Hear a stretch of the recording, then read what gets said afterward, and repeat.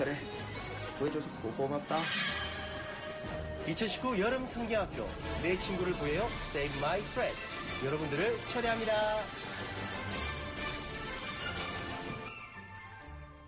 이번 주 금요일부터 오후부터 있는 성경학교에 우리 아이들을 많이 보내주시고 또 전도해 주시기를 바랍니다. 이번 주부터 우리 이제 성경학교 또 계속 수련회 이어지는데 여름이 우리의 신앙훈련에 아주 좋은 시간입니다. 여러분의 시간과 마음을 세상으로 뺏기지 말고 교회에 집중하시고 또 기도와 또 봉사에 힘써 주시기를 바랍니다. 자, 옆에 분들하고 인사 한번 합시다. 만나니까 참 행복합니다. 오늘도 큰 은혜 받으시기를 바랍니다. 여러분, 세상을 살다 보면 포기하고 싶은 일이 참 많습니다. 얼마 전에 우리 한 청년이 저한테 와서 그렇게 말합니다. 목사님, 우리 부모들도 다 나를 포기한 것 같은데 포기 안 한 사람 목사님 한 사람밖에 없는 것 같아요. 그래요. 그래서 어떻게 자녀를 포기하는 부모가 있겠냐 그러면서 하여튼 이렇게 또 용기를 줬는데요. 우리가 인생을 살다 보면 포기하고 싶은 일, 포기하고 싶은 사람이 참 많습니다. 한 가지만 포기하고 싶다 그런 생각을 한 번도 안 해본 것 같아요. 그게 뭐냐 그러면 예수님 믿는 일 같아요. 저한테는 예수님을 만나고 구원의 기쁨과 확신을 누리고 난 다음부터 예수 믿는 것에 대해서는 한 번도 후회함이나 포기하고 싶다는 생각을 해본 적이 없는 것 같고, 그 외에는 전부 다 거의 대부분이 포기하고 싶다 그런 생각을 한 적이 많이 있는 것 같아요. 선교를 하면서도 힘들어서 포기하고 싶을 때도 있고요, 목회도 그럴 때도 있고요. 다들 그렇습니다. 여러분도 세상을 살다 보면 포기하고 싶은 일도 있고 또 포기하고 싶은 사람도 있지요. 오늘 우리 성경은 선한 일을 하다가 낙심하지 말고 포기하지 말라고 말씀합니다. 우리 9절 다 같이 한번 보겠습니다. 우리가 선을 행하되 낙심하지 말지니 포기하지 아니하면 때가 이름에 거두리라. 아멘. 왜 근데 이 성경은 낙심하지 말고 포기하지 말라고 그럴까요? 이 포기하지 말라는 말과 낙심하지 말라는 말은 사실 비슷한 말인데 오늘 거듭 강조하고 있습니다. 본문에서. 또 포기하지 말라는 말의 다른 표현은 인내하라, 참으라 이런 말인데 그런 말이 성경에 참 많습니다. 여러분, 신앙생활은 중도에 포기하면 안 돼요. 공부나 이런 것 다른 것은 포기해도 그만큼 피해는 적은데 신앙생활은 포기하면 지옥이니까, 구원 못 받으니까 이것은 얼마나 중요한 일인지 모릅니다. 신앙생활은 천국 가는 그날까지, 죽을 때까지 끝까지 인내하며 최후 승리를 거둬야 할 일인 줄 믿습니다. 옆에 분들하고 인사합시다. 최후 승리를 거둡시다. 낙심하지 맙시다. 포기하지 맙시다. 왜 낙심하지 말고 포기하지 말라고 하냐요? 7절에 보면 심는 그대로 거둔다는 거예요. 심었으면 거둘 때가 있으니까, 심으면 거두니까 낙심하지 말라는 거예요. 아멘. 그리고 그 일이 9절에 보면 선한 일이기 때문에 그래요. 여러분, 나쁜 일, 안 좋은 일은 빨리 포기하는 게 좋아요. 그러나 선한 일, 하나님이 기뻐하시는 일, 영혼을 구원하는 일, 사람을 살리는 일, 전도하고 선교하는 일, 구제하는 일, 이런 선한 일들은 아무리 어려워도 중간에 하다가 낙심하거나 포기해서는 안 될 일인 줄 믿습니다. 그리고 왜 포기하면 안 되냐 그러면 때가 이르면 거둘 때가 있기 때문에 그렇습니다. 9절에 보면 포기하지 아니하면 때가 이르면 거두리라 그랬어요. 내 때는 아니지만 하나님의 때에 하나님께서 반드시 거두게 해주실 줄 믿습니다. 여러분, 포기하면 지금까지 했던 수고가 다 헛수고가 되지요. 그래서 속담에 가다가 중지고다면 아니감만 못한다 그랬습니다. 여러분, 우리가 선한 일을 시작했으면 하나님께서 이루실 때까지 우리가 끝까지 그 일을 완수해야 될 줄 믿습니다. 우리를 구원하기 위해서 선한 일을 하신 주님은 결코 중단하지 않고 포기하지 않고 우리의 구원을 끝까지 이루시는 주님이신 것을 믿으시기 바랍니다. 특히 오늘 본문은 신앙교육에 포기하지 말 것을 직간접적으로 얘기하고 있습니다. 우리 9절을 한번 볼까요? 6절을 한번 볼까요? 6절 시작. 가르침을 받는 자는 말씀을 가르치는 자와 모든 좋은 것을 함께 하라. 여러분, 가르치는 자 또 가르침을 받는 자 낙심하지 않고 포기하지 않고 서로 힘쓰고 노력하면 모든 좋은 열매와 아름다운 일을 함께 누리고 공유하게 될 줄 믿습니다. 좋은 날이 오게 될 줄 믿습니다. 7절에는 사람이 무엇으로 심든지 그대로 거두리라라고 했습니다. 포기하지 아니하면 9절에는 낙심하지 않고 포기하지 않으면 때가 이르며 거두리라 그랬어요. 데살로니가전서 5장 14절에도 또 형제들아 너희를 권면하노니 게으른 자들을 권계하며 마음이 약한 자들을 격려하고 힘이 없는 자들을 붙들어주며 모든 사람에게 오래 참으라 그랬어요. 따라합시다. 모든 사람에게 오래 참으라. 마음이 약한 사람들을 격려하고 힘이 없는 자들을 붙들어주며 모든 사람에게 오래 참는 참 그리스도인들 되시기를 바랍니다. 세상의 일들은 인내가 필요합니다. 농사도 인내가 필요하더라고요. 블루베리도 인내하면서 물 주고 계속 하니까 열매가 맺더라고요. 공부도 그래요. 인내해야만 돼요. 사업도 그래요. 모든 게 쉽게 되는 일 없어요.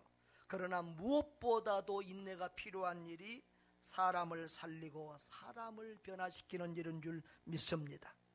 주님은 기도에 대해서 교훈할 때 낙심하지 말라, 포기하지 말라, 끝까지 기도하라, 찾으라, 두드리라, 그렇게 말씀하고 있는데 오늘 본문에서는 말씀 가르침과 교육과 더불어 이런 강조를 하고 있습니다.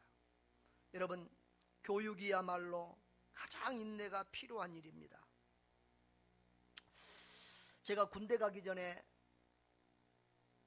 일을 좀 하려니까 군대 가기 전에 써줄 사람이 없어요. 그래서 어제 신문 보니까 조그맣게 뭔 직원 구함 드렸더라고요. 갔으니까 면접을 봐요.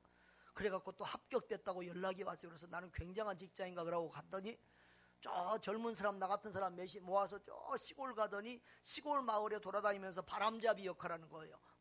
애들 있는 엄마 아빠들 데려오라는 거예요. 애들도 데려오고. 그랬더니 딱 모아주면 그 사람이 하는 말이 뭐냐면 첫째 하는 말이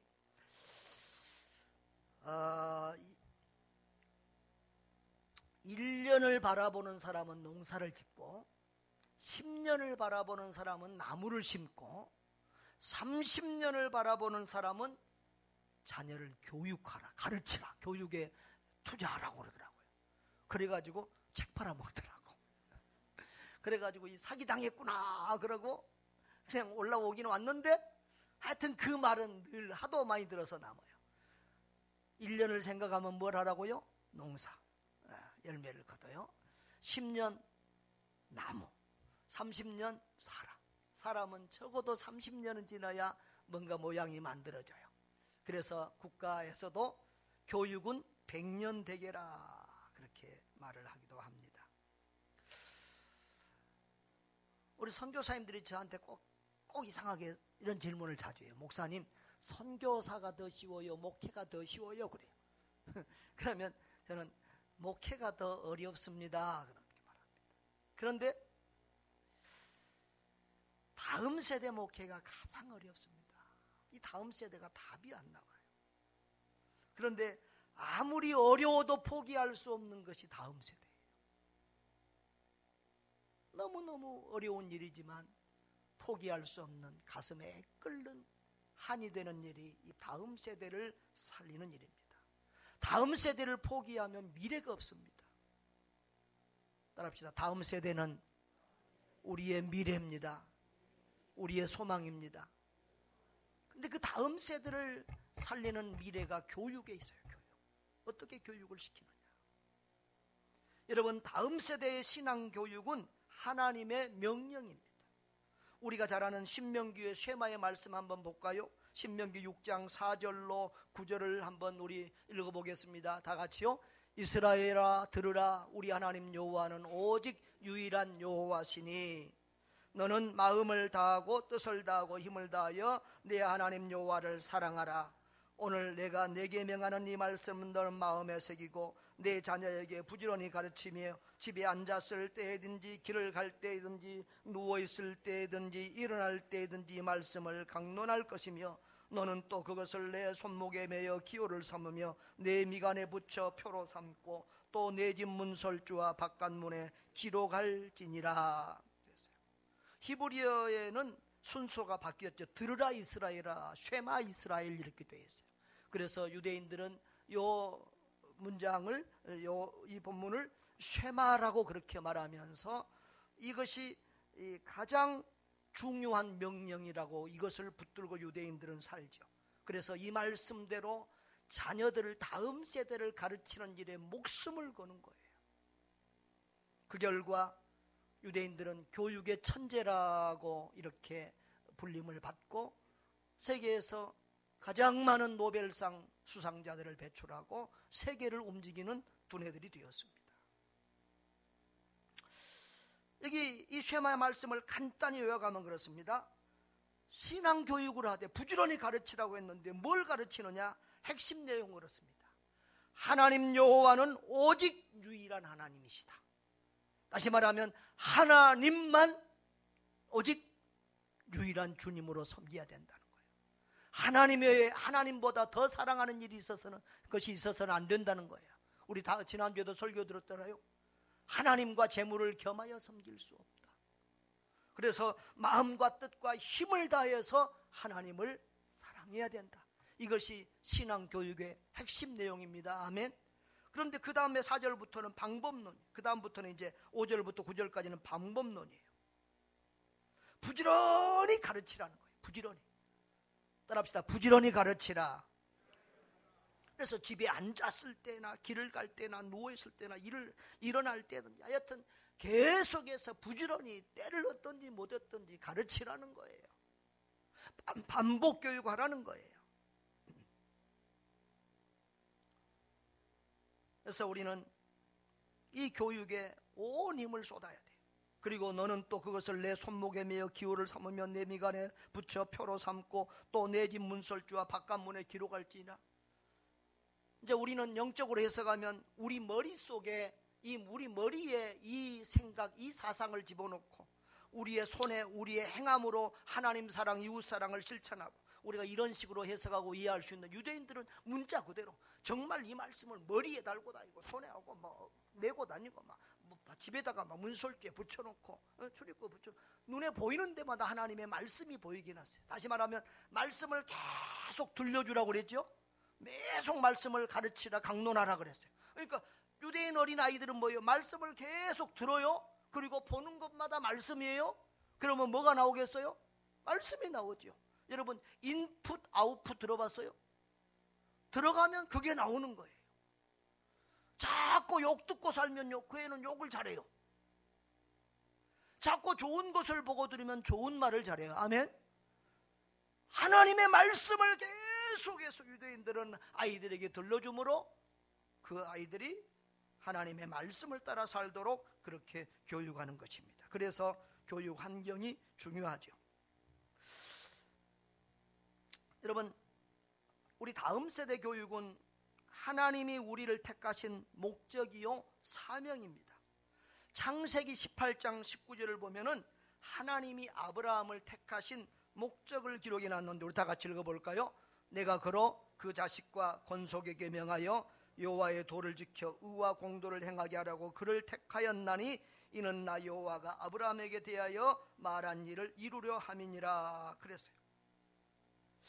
이 쉐마 교육을 가르치는 현영수 교수님은 이것을 구약의 지상명령이라고 그렇게 자꾸 말하던데요. 이 말씀은 하나님이 아브라함을 선택한 모습이 그 목적이 하나님의 말씀을 자자손손 가르쳐서 전수시키기 위해서 아브라함을 선택했다는 거예요. 그래서 아브라함은 그 사명을 감당해서 이삭에게 그 신앙을 물려주고 야곱에게 물려주고 자손 대대로 그 신앙이 물려져서 오늘 우리에게까지 이르게 된 줄 믿습니다. 근데 유대인들은 성인식을 한다고 그러잖아요. 13살에 성인식을 하는데 바미츠바라고 그래서, 그러니까 3대까지 신앙 전수를 하는 것이 사명이에요. 따라합시다. 3대까지 신앙 전수. 이제 13살이 되면, 만 13살이 되면 아이가 이제 성경을 읽고 예배를 인도할 수 있는 나이가 됐다고 그러는 거예요. 그래서 이제 앞에서 이 토라를 읽고, 그리고 그 아이를 무둥태워서 이렇게 해주면서 또 그 토라 그 같이 이 성경 두루마리 성경을 같이 가지고 이렇게 쭉 사람들 사이를 돌면서 이렇게 다들 박수하고 격려하고 축하를 하는데, 그 성인식을 우리 결혼식 하듯이 성대하게 치르고 먼 데 있는 이웃들 친척들까지 다 와서 이렇게 하는 굉장히 중요한 의식입니다. 자, 그런데 그 할아버지가 그 아이의 성인식을 마치고 나면 아버지가 아니라 할아버지가 이렇게 말하죠. 하나님 아버지, 내가 이제 손자에게 3대까지 신앙을 물려주었으니 내 사명이 다 끝났습니다. 이제 나를 천국으로 불러가도 좋습니다. 이렇게 말합니다. 그러니까 3대까지 신앙을 물려주는 게 뭐라고요? 우리의 사명인 줄 믿습니다. 따라합시다. 3대까지 신앙을 물려주는 것이 우리의 사명입니다. 여러분, 우리가 다른 집 자녀는 살리고 내 자녀가 망한다, 이거 얼마나 괴로운 일입니까? 다른 가정은 구원하고 우리 가정은 망한다, 이건 괴로운 일입니다. 다른 민족은 살리고 우리 민족은 죽는다, 이게 땅을 치고 통곡할 일입니다. 여러분, 사도행전 1장 8절에 뭐라고 그랬어요? 예루살렘과 유대와 사마리아와 땅끝까지 증인이 되리라 그랬어요. 여러분, 예루살렘 포기하면 안 돼요. 예루살렘, 우리 가정, 우리 지역, 우리나라, 우리 민족 절대 포기하지 말아야 됩니다. 그러면 우리 민족이 살리고 우리 민족을 복음화하려고 하면은 다음 세대들을 믿음으로 살려야 돼요. 아멘. 이것이 아무리 어려워도 우리가 포기하지 않고 목숨 걸고 붙들고 기도하며 가야 될 귀한 사명인 줄 믿습니다. 그러면 이 다음 세대, 인간에게 영향을 미치는 교육 환경이나 교육 기관은 무엇일까요? 우리에게는 4가지 교육 환경이 있습니다. 가정이 있습니다. 교회가 있습니다. 학교가 있습니다. 그리고 사회가 있습니다. 그 중에서도 특별히 3가지 교육 현장을 말하면 가정과 교회와 학교를 들 수 있습니다. 여러분, 가정은 가장 중요한 교육기관입니다. 사람이 가장 영향을 많이 받는 곳입니다. 여러분, 자녀들이 누구를 제일 많이 닮아요? 목사님을 더 많이 닮아요? 아빠를 더 많이 닮아요? 잘 모릅니까? 학교 선생님을 더 많이 닮아요? 아빠를 더 많이 닮아요? 여러분, 부모를 더 많이 닮습니다. 자녀 교육의 1차 책임이 부모에게 있습니다. 그런데 우리 한국 가정의 교육은 좀 문제가 있습니다. 부모가 자녀를 책임지지 않고 밤낮 남에게 위탁합니다. 위탁. 교육을 위탁해요. 맡겨요. 마치 부모들은 돈을 벌어서 학교 학비, 학원비 대주면 부모로서의 도리를, 교육의 책임을 다한 것처럼 착각을 합니다. 아닙니다. 가정에서 교육을 바로 해야 됩니다.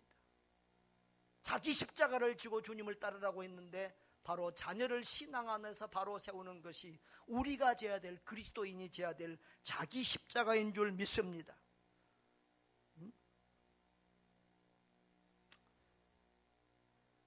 에베소서 6장 4절에 보면 아비들아 너희 자녀를 노엽게 하지 말고 오직 주의 교훈과 훈계로 양육하라고 그랬습니다. 노엽게 하지 말고 인격적으로 교육하라는 거예요. 주의 교훈과 훈계로 하나님의 말씀 양육하라는 거예요. 내 말, 내 방법, 내 식, 내 사상으로 키우지 말고 하나님의 교훈과 하나님의 말씀으로, 하나님의 사람으로 기르라는 거예요. 아멘. 그 사명 잘 감당하시기를 바랍니다. 그래서 여러분, 가정에서 적어도 일주일에 한 번이라도 예배 드릴 수 있도록 힘쓰시고, 또 같이 큐티하면 너무 더 좋고요. 식탁에서도 늘 식사할 때마다 기도하고, 그리고 하루 한 장씩 성경 쓰게 하면 너무 좋아요. 우리 아이들은 외국에서 학교를 다녀서 한글을 배울 기회가 별로 없었는데 성경을 쓰게 했더니 철자를 안 틀리고 지금도 잘 쓰는 것 같아요. 성경을 쓰게 하는 거 너무 좋아요. 아무튼 우리 가정에서 우리의 자녀들을 믿음으로 잘 길러야 될 줄 믿습니다. 그리고 교회입니다. 근데 요즘은 애들을 교회에서 아이들 신앙교육하기가 너무 어려워요. 일주일에 아이를 1시간, 많으면 끼가면 2시간 보내놓고 교회가 아이들을 바로 믿음으로 못 세운다고 야단치는 그런 부모님들이 얼마나 많은지 몰라요. 여러분, 학교나 가정에서는 일주일에 수십 시간씩 보내면서 교회는 1시간도 아까워가지고 그러면서 교회에서 무슨 그 사람을 만들기를 바라십니까?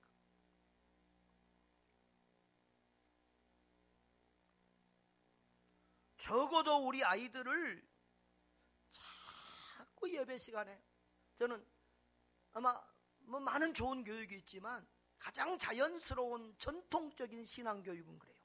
사실 이 주일학교가 생긴 것은 얼마 안 됐어요. 200년도 채 안 됐어요.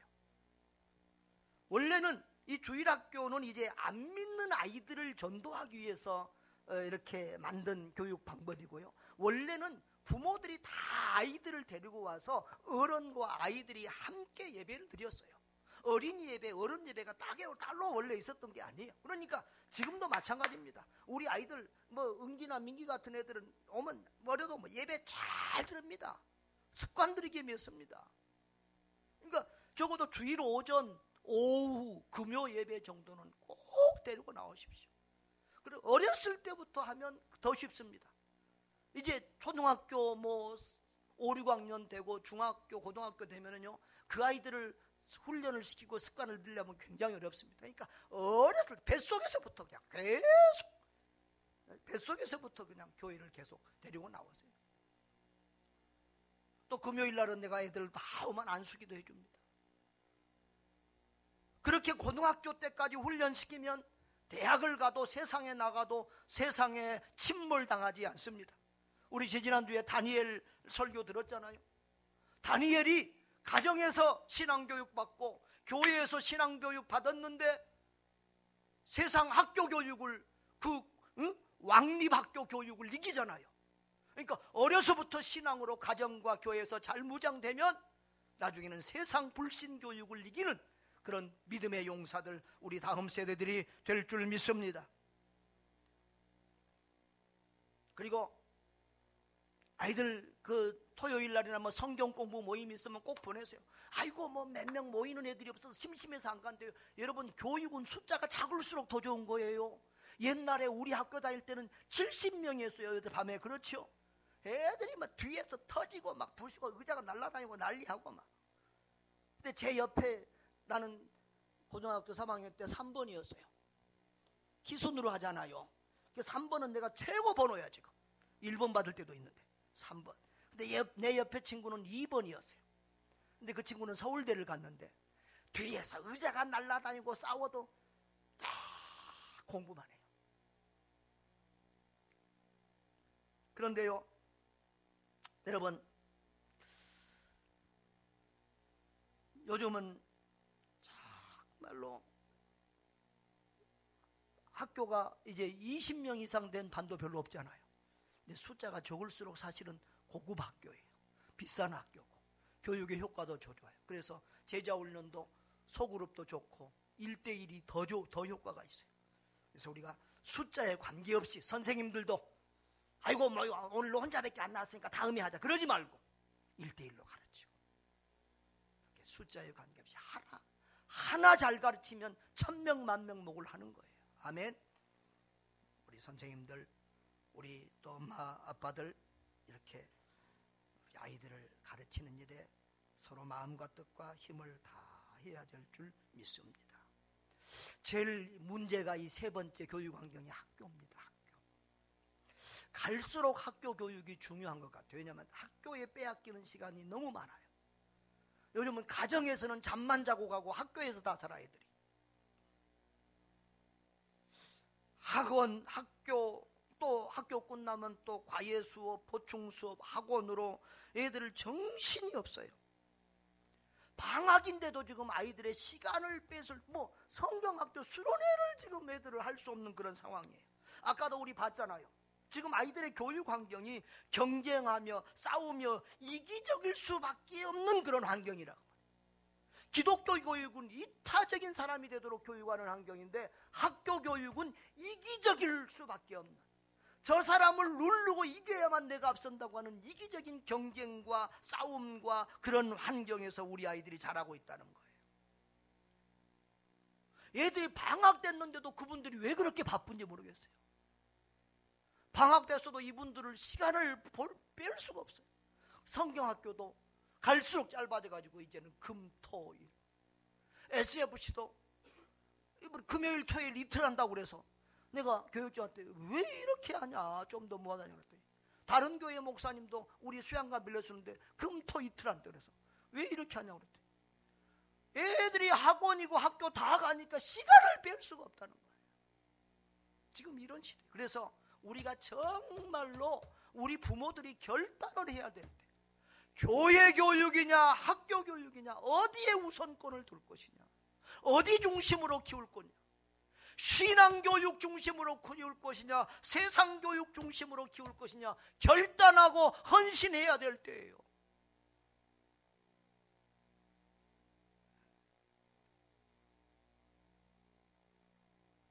그런데요, 교회 많이 보낸다고 학교 안 좋은 데 가고 주일날 교회 안 오고 학원 보내고 어쩌고 한다고 인류대 가고 그런 거 아니더라고.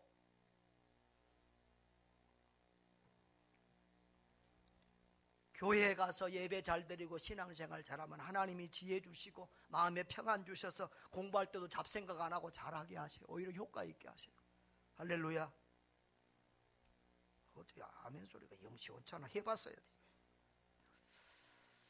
이 학교 교육에 저는 이제 우리 한국 이 다음 세대가 무너지는 중요한 이유가, 중고등부가 지금 절단나고 대학교는 지금 예수 믿는 아이들이 4% 정도밖에 안 된다고, 대학교가 선교지라고 지금 하는 상황인데요. 이렇게 되는 중요한 이유가 뭐냐 그러면 몇 가지 원인을 찾아보는데, 선교원이 다 무너졌어요. 제가 선교사로 가기 전에는 우리 교회에서 다 개척교회들이 옛날에는 선교원을 했어요. 선교원. 기억나세요? 우리 선교원이 80명에서 100명이 됐어요. 그러면서 이 선교원에서 많은 아이들이 길러지고요. 그리고 주일학교가 저돌로 되죠. 그리고 그 선교원을 통해서 엄마 아빠들이 많이 전도돼서 교회가 부흥했어요. 그런데 선교사 갔다 오고 나니까 선교원이 별로 안 보여. 왜냐하면 국가에서 유치원을 지원하고 선교원은 지원 안 하니까, 선교원 보내면 엄마 아빠들이 돈 내야 되고 유치원 보내면 국가에서 지원하니까 엄마 아빠들이 돈 때문에 선교원을 안 보내고 유치원을 보내는 거예요. 그리고 선교원은 교육시설이나 이런 게 열악하니까, 그래서 선교원이 무너지면서 이제 다음 세대가 무너져가요. 또 미션 스쿨 있잖아요. 기독교 학교들. 우리 한국에 와서 선교사님들이 교회만 아니라 미션 스쿨들을 많이 세웠어요. 그래서 옛날 우리 때는 미션 스쿨 나와서 그것 때문에 교회 다니고 신앙을 그래도 직간접으로 가진 사람들이 굉장히 많아요. 그런데 요즘은 미션 스쿨에서 성경 가르치고 예배하는 것이 지금 갈수록 금지돼 가고, 미션 스쿨이 역할을 제대로 못하고 미션 스쿨까지 다 무너지고 있어요. 그러니까 이런 시대에 우리 교육의 대안이 뭐냐? 따라합시다. 교육의 대안은 대안학교다. 그래서 요즘에 지금 기독교회들이 답답하니까 지금 대안학교를 많이 만들어내는데, 정말 학교에서 보내는 시간들이 너무너무 많은데요, 그 대안학교에서 정말 신앙을 말씀으로 이렇게 잘 가르치는 그런 교육기관들이 더 많이 생겨나요. 미국 같은 데도 공교육 일반 학교는 다 무너지고 지금 대안학교, 기독교 학교 이런 데가 지금 신앙교육을 하잖아요. 우리나라도 지금 그렇게 돼갈 수밖에 없는 상황입니다. 우리 교회도 앞으로 이 대안학교를 위해서 기도해야 되고, 우리 교회 혼자 안 되면 다른 교회하고 연합을 해서든지 우리 아이들을 대안학교로 보내고, 우리 주일학교 SFC 부모님들은 정말 가능하면 공교육으로 보내지 말고 대안학교로 보냈으면 좋겠어요. 아이고 목사님 거기 돈이 많이 드는데요. 대안학교 보내면 학원 보낼 필요가 없으니까 학원비를 보태서 대안학교 보내시면 돼요. 사랑하는 여러분, 교육은 어려운 일입니다. 그러나 포기하지 않아야 합니다. 제가 농부가 됐잖아요. 강원도 촌사람입니다. 블루베리 농사를 지고 좀 농사를 좀 지어보니까 그것도 괜찮아요. 세상에 거름도 안 주고 농약도 안 했는데 그 조그만 나무 전부 다 그 나무들한테 주인 닮은 나 다 짤막해요. 그런데 엄청나게 한 나무에 막 200개, 300개 그 많은 열매들을 맺힌 걸 보면 얼마나 신기하고 오진지 정말 모르겠어요. 재미가 있어요. 요즘 우리 나이대의 분들은 보면 거의 다 나는 자연인이다 그걸 많이 봐요. 그런데 이상하게 작가들이 그렇게 써주는지 전부 다 행복하다고 그래. 앞으로 다 자연으로 들어가게 생겼어. 그런데 제가 이렇게 냉사를 해보니까 사람 속이고 싸우고 하는 것보다 이 자연과 지내는 것도 괜찮더라고요. 그런데 하면서 제가 이런 생각을 했어요. 나 은퇴하고 여기 와서 저기 시골 교회 하고 농사지서 그런 생각도 해볼 수 있어요. 그런데 이건 아니지. 내가 농사하면서 자연과 더불어 살고 여기서 행복하다고 내 인생 마칠 사람은 아니지. 비워도 속여도 애를 먹여도 배신하고 또 배신해도 그래도 사람을 사랑하고 그래도 영혼하고 싸우고 사람을 구원하는 일에 내 마지막 생명까지 내 마지막 힘까지 다 쏟아야지. 그 생각을 다시 해보는 거예요. 사랑하는 여러분, 사람을 사랑하고 영혼을 사랑하는 그 하나님의 마음을 끝까지 견지하시고 하나님의 선한 일에, 영적인 일에, 영혼을 구원하는 일에, 전도하고 선교하는 일, 우리가 아무리 힘들어도 포기하지 않고 그 길을 계속할 수 있기를 바랍니다. 우리 아이들을, 다음 세대들을 교육하는 일, 우리가 절대로 포기해서는 안 될 것입니다. 그러면 포기하지 아니하면 어떻게 된다고 했습니까? 갈라디아서 6장 9절 다 같이 시작. 우리가 선을 행하되 낙심하지 말지니 포기하지 아니하면 때가 이르매 거두리라. 아멘. 낙심하지 말라, 포기하지 말라. 때가 이르면 거둔다는 거예요. 하나님의 때에 하나님께서 선한 열매를 거두게 해주신다는 거예요. 시편 126편 5절 6절에도 다 같이 한번 읽어볼까요? 눈물을 흘리며 씨를 뿌리는 자는 기쁨으로 거두리로다. 울며 씨를 뿌리러 나가는 자는 반드시 기쁨으로 그 곡식단을 가지고 돌아오리로다. 성경은 교육을, 말씀 교육을 특별히 씨 뿌리는 것, 심는 것으로 비유할 때가 많은데요. 여러분, 눈물을 흘리며 씨를 뿌리면 기쁨으로 거둘 때가 온다. 아멘. 우리 하나님은 신실하십니다. 본문 7절에 보면은 스스로 속이지 말라. 하나님은 업심여김을 받지 아니하시니 사람이 무엇으로 심든지 그대로 거두리라. 영적인 것을 심으면 영적인 것을 거두는 거예요. 육적인 것을 심으면 육적인 것을 거두는 거예요. 자꾸 아이들에게 돈 벌어야 된다. 뭐 하면 돈 버냐. 돈 많이 벌어야 돈이 최고야. 돈이 있어야 살지. 자꾸 돈 하면 애들이 돈 따라가는 인생이 돼요. 그러나 애들에게 돈이 대수냐? 사람답게 살아야지. 그리스도인답게 살아야지. 예수님처럼 살아야지. 하나님께 기쁨이 되고 사람에게 유익이 되는 착하고 선한 삶 살아야지. 너가 존재함으로 세상이 더 밝아지고 좋아져야지. 이런 식의 교육을 하면 우리 자녀들은 그런 모습으로 자라나게 될 줄 믿습니다. 성령을 위하여 심는 자는 성령으로부터 영생을 거두리라고 했습니다. 우리 하나님은 신실하신 하나님입니다. 심는 대로 거두게 하신 하나님이요, 뿌린 대로 거두게 하신 하나님입니다. 그 신실하신 하나님을 믿으세요. 그 하나님의 약속을 믿으시기 바랍니다. 그리고 낙심하지 말고 선한 씨앗을 심기를 바랍니다. 우리 선교사 자녀 중에 하나가 지금 금식기도 6일째 하고 있습니다. 친구가 힘든 일이 많아서 끊어야 될 것이 많아서 금식기도를 하러 간다고 그러는데, 우리 정은명 선교사님이 금요일날 신학생들 금식시킨다고 했는데 그 도전을 받았던 것 같아요. 금식하러 간다고 그래서 며칠 하려고 했더니 3일 하겠대. 처음으로 해본 사람이 3일도 어렵겠죠. 그런데 야, 3일 가고는 너 짧다. 3일 가지고는 너 이 문제를 해결 못한다. 10일 하자. 10일. 목사님이 10일 해보니까 10일 기도해서 응답 안 되는 게 없더라. 10일 해보라. 아니 목사님 힘들어요. 절대 교회에다 광고하지 마세요. 3일 하고 오면 쪽팔려서 안 되잖아요. 그래서 올라갔어요. 그 다음날 저녁에 전화가 왔어요. 목사님, 내가 여기 있을 이유가 없어요. 은혜도 안 되고요, 기도도 안 되고요, 내가 왜 여기서 굶고 이렇게 있어야 돼요? 그래서 야, 우리가 기도하고 금식하면 사단마귀가 예수님도 시험했는데 너가 금식을 그만둬야 될 이유를 사탄마귀가 수십 가지를 알려준다. 그런데 그때 참아야 된다. 은혜는 마지막에 오는 것이다. 끝에 오는 것이다. 참아라. 그리고는 기도해 줬더니 예 알겠습니다. 그러고 또 하루 이틀 하더니 그 다음에는 목사님 내가 예수님을 만났습니다. 그동안 안 믿어져 가지고 내가 자꾸 그랬는데 이제 믿어집니다. 예수님 만났습니다. 좋아가지고 막 어제는 또 통화하니까 5일이 지나니까요, 목사님 배는 고픈 거 별로 힘들지 않고요, 힘만 빠져요. 원래 그러는 거다. 5일 지나면 힘 빠지고 육의 힘은 빠지고 영은 맑아지는 거다.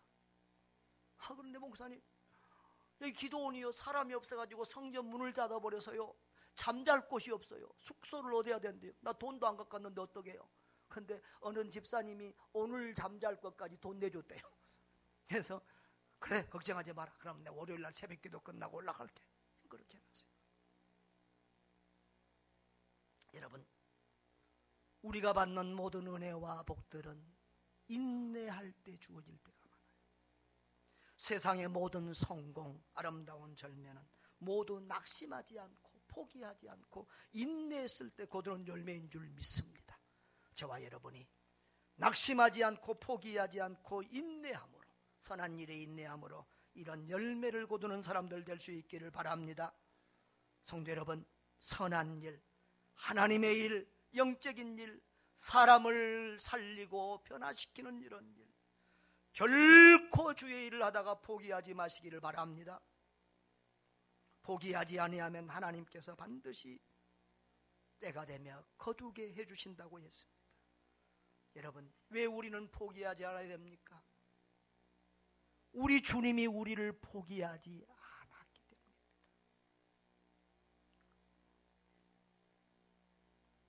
주님이 나를 포기하지 않고 나를 위해서 십자가를 져주시고 죽어주셨습니다.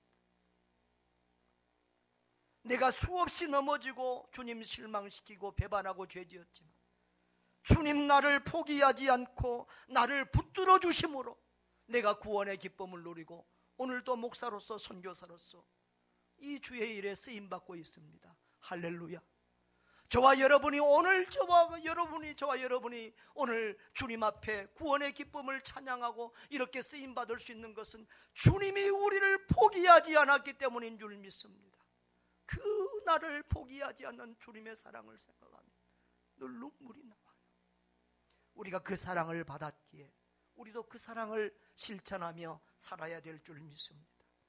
여러분, 우리의 부모님들이 우리를 포기하지 않았습니다. 우리 부모님들이 다른 사람은 다 포기해도 부모는 그 자식을 포기하지 않습니다. 부모님들의 사랑과 눈물의 기도, 그 기도 때문에 오늘 저와 여러분이 여기에 있는지 믿습니다.